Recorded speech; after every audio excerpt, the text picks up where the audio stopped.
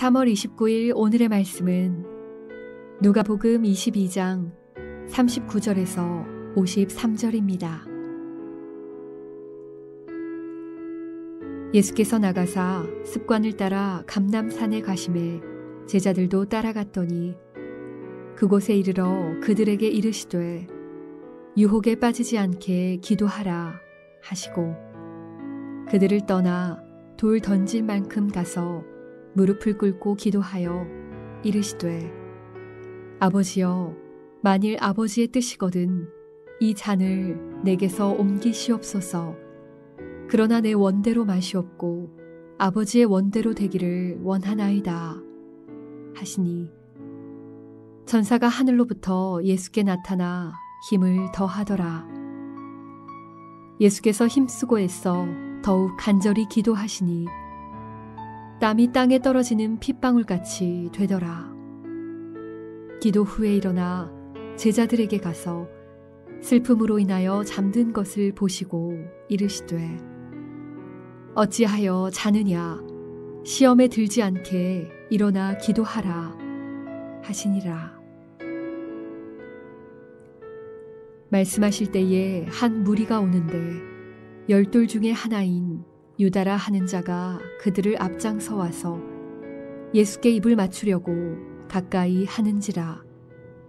예수께서 이르시되 유다야 네가 입맞춤으로 인자를 파느냐 하시니 그의 주위 사람들이 그 된 일을 보고 여짜오되 주여 우리가 칼로 치리이까 하고 그 중에 한 사람이 대제사장의 종을 쳐 그 오른쪽 귀를 떨어뜨린지라. 예수께서 일러 이르시되 이것까지 참으라 하시고 그 귀를 만져 낫게 하시더라. 예수께서 그 잡으러 온 대제사장들과 성전의 경비대장들과 장로들에게 이르시되 너희가 강도를 잡는 것 같이 검과 몽치를 가지고 나왔느냐. 내가 날마다 너희와 함께 성전에 있을 때에 내게 손을 대지 아니하였도다. 그러나 이제는 너희 때요 어둠의 권세로다 하시더라.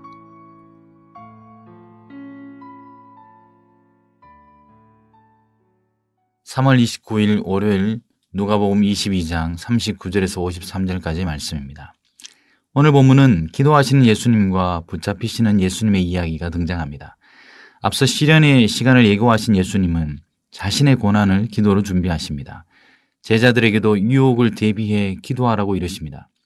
시련의 시간은 외부적 고통 이전에 우리 안에 유혹에서 시작되나 봅니다. 유혹에 빠지지 않는 최고의 일은 기도하는 일입니다. 주목할 점은 39절의 습관을 따라라는 표현입니다. 단순히 감람산 산책이 그분의 습관은 아니었을 겁니다. 그곳은 그분의 기도의 장소였음이 틀림없습니다. 그분의 기도는 습관을 따르는 일이었습니다. 이처럼 위기의 상황에 특별한 처방보다 앞서는 것은 습관으로 빚어진 기도입니다. 위기 가운데 지속되는 기도야말로 위기 앞에 할 수 있는 가장 큰 일입니다. 이어지는 내용은 그분의 기도의 모습입니다. 누가는 예수님의 기도의 모습을 비교적 상세히 묘사합니다. 그분의 기도의 태도는 41절에 무릎을 꿇고 기도합니다. 44절은 힘쓰고 애써 더욱 간절히 기도하는 모습을 보여줍니다. 심지어 땀이 땅에 떨어지는 핏방울같이 되었다라고 알려줍니다. 이 모든 묘사는 외형적 기도의 모습을 가르치려는 의도가 아닙니다. 예수님의 기도가 매우 치열했음을 알려줍니다. 무엇이 이토록 치열하게 했을까요? 누가는 그분의 기도의 태도와 함께 기도의 내용도 소개해 줍니다. 그 내용에서 치열한 기도의 이유를 알게 됩니다. 42절 아버지여로 시작되는 예수님의 기도는 예수님에게도 십자가의 고난이 큰 짓눌림이었음을 알게 해줍니다. 그래서 예수님은 고난의 잔이 옮겨지기를 솔직히 고백합니다. 하지만 자신의 원함이 아니라 아버지의 원대로 되길 기도하십니다. 이처럼 자신의 원함에서 아버지의 원함으로 옮겨가는 것이 기도입니다. 원함의 주체가 바뀌는 것이 치열한 기도가 필요한 이유가 아닐까요? 그러나 그 치열함 속에서도 아버지와 자녀의 관계를 잃지 않으십니다. 이 짧지만 중요한 기도에서 예수님은 하나님을 일관되게 아버지로 고백합니다. 아버지와 자녀의 관계를 상실한 기도는 아무리 치열하더라도 영혼의 중노동일 뿐입니다. 아버지와 자녀의 관계를 놓치는 기도는 쉽게 주술로 변질됩니다. 예수님에게 십자가라는 고통은 아버지와의 단절이기에 원치 않는 잔이었습니다. 그러나 십자가를 지는 것이야말로 아버지의 원함이기에 또 치열하게 기도하셨습니다. 결국 자신의 뜻을 관철시키는 기도는 아버지와의 단절을 가져오는 소외된 기도입니다. 감람산에 이르러 제자들에게 말씀하신 유혹에 빠지지 않도록 기도하시라 권면도 자신의 뜻을 굴복하게 만드는 유혹이 제자들 앞에 있기 때문입니다. 그것이 사단의 계략입니다. 기도의 단락을 마무리하면서 누가는 40절에 유혹에 빠지지 않게 기도하라는 권면을 쌍을 이루도록 46절에 다시 시험에 들지 않게 기도하라라고 말해줍니다.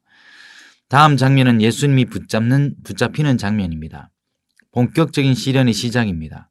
그 시련의 첫 모습은 익숙한 얼굴 유다입니다. 아버지의 원함이 아니라 자신의 원함이 승리하는 장면입니다. 아버지의 원대로 되길 원하던 예수님과 유다는 이렇게 대조되고 있습니다. 한편 폭력의 시작은 입맞춤으로 시작합니다. 입맞춤이라는 가면의 실체를 예수님이 사정없이 폭로하십니다. 예수님이 유다에게 이르셨습니다. 입맞춤으로 인자를 파느냐? 예수님의 이 말은 당신의 의도와 상관없이 삽시간에 주의 모든 사람을 곤두서게 했습니다. 그리고 누군가 묻습니다. 주여 우리가 칼로 치리이까? 입맞춤으로 시작된 폭력은 순식간에 다른 곳으로 옮겨 붙었습니다. 칼로 치리이까? 라는 질문은 그 대답을 애당초 기다릴 생각도 없이 대제사장의 종의 귀를 쳐버립니다. 입맞춤이라는 위장된 폭력이 칼이라는 실체로 발전했습니다. 이것이 폭력의 실상입니다. 폭력이 폭력을 낳는 시대에 그 악순환의 원리를 감지하면서도 그 고리에 감겨버리는 것이 인간의 나라입니다. 그러나 예수님은 위장된 폭력이나 정당하다고 여기는 폭력 모두를 물리치시고 이것까지 참으라 하십니다. 누가는 다른 복음서와 달리 귀가 잘린 종의 이름, 귀를 자른 제자의 이름을 다 생략하고 유일하게 귀를 낫게 하시는 예수님을 소개합니다. 귀를 먼저 낫게 하시는 예수님은 세상을 낫게 하시는 예수님의 모습 그대로입니다. 모든 것을 온전케 하시는 하나님 나라의 모습 그대로입니다. 이것이 예수님의 마지막 치유 사역이었습니다. 이것이 예수님의 폭력에 저항하는 방식이었습니다. 하나님 나라가 세상에 침투하는 모습입니다. 하나님의 원함이 아니라 자신의 원함대로 움직이는 사람들은 위장된 폭력, 노골적인 폭력에 길들여질 수밖에 없습니다. 그러나 아버지의 원함에 길들여지는 사람은 이것까지 참고 잘려나간 귀를 찾는 사람입니다. 예수님은 그렇게 대제사장과 성전의 경비대장들과 장로들에게 붙잡혀 가셨습니다. 그러나 그들의 불의함에 맞서지 않으셨습니다. 그렇다고 불의함을 침묵하지도 않으셨습니다. 날마다 성전에 계실 때 무리를 두려워해 손을 대지 못한 그들의 비겁함을 폭로하십니다. 무력해서 잡혀가신 것이 아닙니다. 용기가 없어서 붙잡힌 것이 아닙니다. 아버지의 원함이 그분을 붙잡히게 했습니다. 이제는 너희 때요 어둠의 권세로다 라는 의미심장한 말로 십자가의 길을 내디디셨습니다. 아버지가 허락하신 시간입니다. 하나님께 붙잡히신 분이 십자가의 길을 자발적으로 걸어가십니다. 오늘 본문은 붙잡히신 예수의 모습을 보여줍니다. 기도로 아버지의 원함에 붙잡히셨습니다. 아버지의 원함으로 악인들에게 붙잡히셨습니다.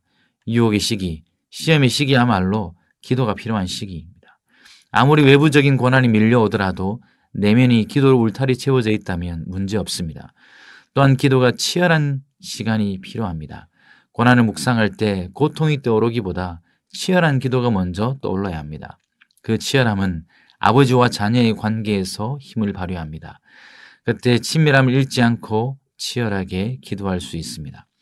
우리가 아버지와의 연합된 존재라면 서로의 원함도 연합되어야 합니다.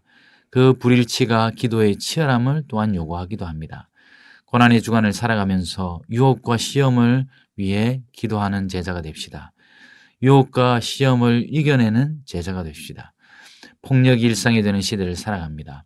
위장된 폭력과 노골적인 폭력, 정당하다고 주장하는 폭력에 하나님 나라는 이것까지 참으라 라는 말씀에 순복할 때 찾아옵니다. 이 역시 아버지의 원함이 아닐까요? 떨어진 귀를 찾고 생명을 살리는 일에 쓰임받는 제자가 되는 오늘 하루가 되길 바랍니다. 기도하겠습니다. 오늘도 말씀 가운데 찾아와 주시니 감사합니다. 예수님의 치열한 기도를 배우게 하여 주시옵소서. 위기와 유혹과 시험 가운데 기도하는 저희들 되게 하여 주시옵소서. 원함의 주체가 내가 아니라 아버지가 되도록 힘쓰고 애쓰고 더욱 간절히 기도하는 저희들 되게 하여 주시옵소서. 하나님 나라가 평화의 나라임을 믿습니다. 전쟁의 소문, 폭력의 소식이 들려옵니다. 일상에서도 다양한 얼굴을 하고 있는 폭력을 보게 됩니다. 그 폭력에 굴복하지 않게 하시고 그 폭력에 이것까지 참는 예수님의 제자가 되게 하여 주시옵소서. 예수 그리스도의 이름으로 기도드립니다. 아멘.